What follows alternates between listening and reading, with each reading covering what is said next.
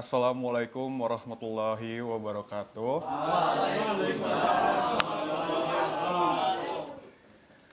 Alhamdulillah, Alhamdulillah, Alhamdulillahirabbil alamin. Assalatu wassalamu ala asrofil anbiya'i wal mursalin wa ala alihi washabbihi ajmain. Amma ba'du. Alhamdulillah, puji dan syukur kehadirat Allah Subhanahu wa taala yang telah memberikan rahmatnya serta karunia-Nya pada hari ini kepada kita semua untuk berkumpul di tempat yang diberkahi, mudah-mudahan di lab simulasi komunikasi ini. Amin, amin ya robbal alamin. Sholawat serta salam tak lupa kita curahkan kepada junjungan kita Nabi Allah Muhammad sallallahu alaihi wasallam, kepada para sahabatnya, keluarganya, para tabi'in, serta kita selaku umatnya hingga akhir zaman. Amin, amin ya robbal alamin. Pada kesempatan kali ini teman-teman, aku mau bahas puasa Daud. Sabar dulu. Nah, sebelum itu kita mulai dengan pertanyaan teman-teman. Apa sih itu puasa? Ada yang tahu nggak? Satu-satu, angkat tangan dulu. Boleh, Brian. Menahan diri, lalu siapa lagi? Ehan boleh. Menahan lapar, lanjut. Gak makan dan minum seharian. Betul banget teman-teman. Nah, bisa kita lihat di sini teman-teman. Kata kuncinya adalah menahan diri. Ya, menahan diri dari makan dan minum, lalu menahan diri dari segala nafsu dan semua yang membatalkannya. Nah, pada umumnya puasa itu adalah menahan diri dari segala sesuatu, dari terbit fajar hingga terbenam matahari. Seperti itu teman-teman. Lalu apa yang membedakannya dengan puasa Daud? Tebak dulu dong. Boleh angkat tangan. Ada yang tahu? Boleh, Brian lagi. Oke, terus lanjut. Oke, kita tampung dulu ya teman-teman. Puasa Daud mah subuh sampai isya. Oke, nah kita bahas puasa Daud.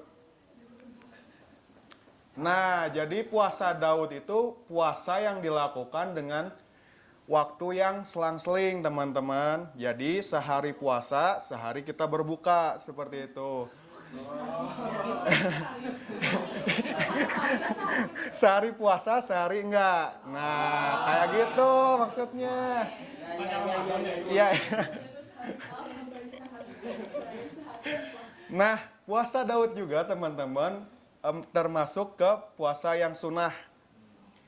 Konon katanya pada zaman Nabi ada seorang pemuda yang beliau itu melakukan ibadah pada siang hari, lalu malamnya dia berpuasa. Kemudian Rasulullah menganjurkan untuk melakukan puasa Daud dan tidak melebihkannya. Berarti puasa Daud itu mulai dianjurkan oleh Rasulullah SAW ya teman-teman. Nah, kita lanjut. Ada dalilnya untuk mengapa kita harus puasa Daud. Yang artinya puasa yang paling disukai di sisi Allah adalah puasa Daud. Dan sholat yang paling disukai Allah adalah sholat Nabi Daud. Beliau biasa tidur di pertengahan malam dan bangun pada sepertiga malam terakhir. Dan beliau tidur lagi pada seperenam malam terakhir. Sedangkan beliau biasa berpuasa sehari dan berbuka sehari berikutnya. Jadi teman-teman, kenapa kita harus melakukan puasa Daud? Karena sudah jelas diterangkan dalam hadis riwayat Al-Bukhari dan Muslim bahwasannya puasa Daud adalah puasa yang paling disukai oleh Allah Subhanahu wa taala. Masya Allah ya teman-teman. Nah, setelah itu kita lanjut.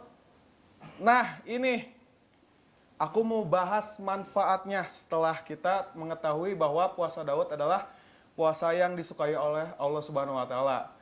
Di antaranya nih, sekarang itu anak muda rentan terkena masalah lambung. Siapa di sini yang sering ngerasa masalah lambung? Kamu kenapa kira-kira? Karena makannya sembarangan. Kamu jangan lihat ke sini. Ya, betul ya teman-teman.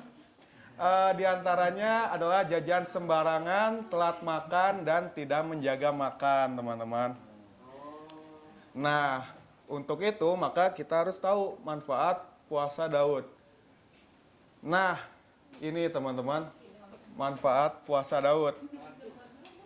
Di antaranya adalah menurunkan berat badan. Jadi, menurut penelitian, puasa Daud itu setara dengan metode menurunkan berat badan yaitu intermittent fasting. Ada yang tahu nggak teman-teman? Intermittent fasting itu apa? Apa tuh? Betul. Jadi kurang lebih puasa intermittent fasting itu adalah mengurangi jam makan kita, teman-teman. Terus daripada kita melakukan intermittent fasting yang hanya tujuannya untuk diet, lalu mengapa tidak kita lakukan puasa Daud yang istilahnya sambil berenang kita kerjain makalah ya. Aduh. Benar. Nah, sambil berenang kita minum air, yaitu sambil berpuasa kita melakukan ibadah. Seperti itu. Kemudian yang kedua adalah menurunkan resiko diabetes. Menurut penelitian, semakin kita mengurangi kadar resisten insulin dalam tubuh kita, yaitu mengurangi jam makan tadi, maka kita akan terkurangi resiko diabetes pada usia muda. Seperti itu, teman-teman. Lalu memperpanjang umur. Siapa di sini yang mau panjang umurnya? Nggak ada ya, nggak ada yang mau panjang ya. Ada? Oh ada, oke. Jadi teman-teman, pada tahun 2000 silam, peneliti melakukan uji coba pada tikus untuk melakukan intermittent fasting, yaitu yang puasa tadi, yang selang-seling itu. Dan buktinya, si intermittent fasting itu memperpanjang umur karena menjaga jam makan kita, seperti itu. Oke, mungkin dari saya sekian, kurangnya saya mohon maaf. Wabillahi taufiq wal hidayah. Wassalamualaikum warahmatullahi wabarakatuh.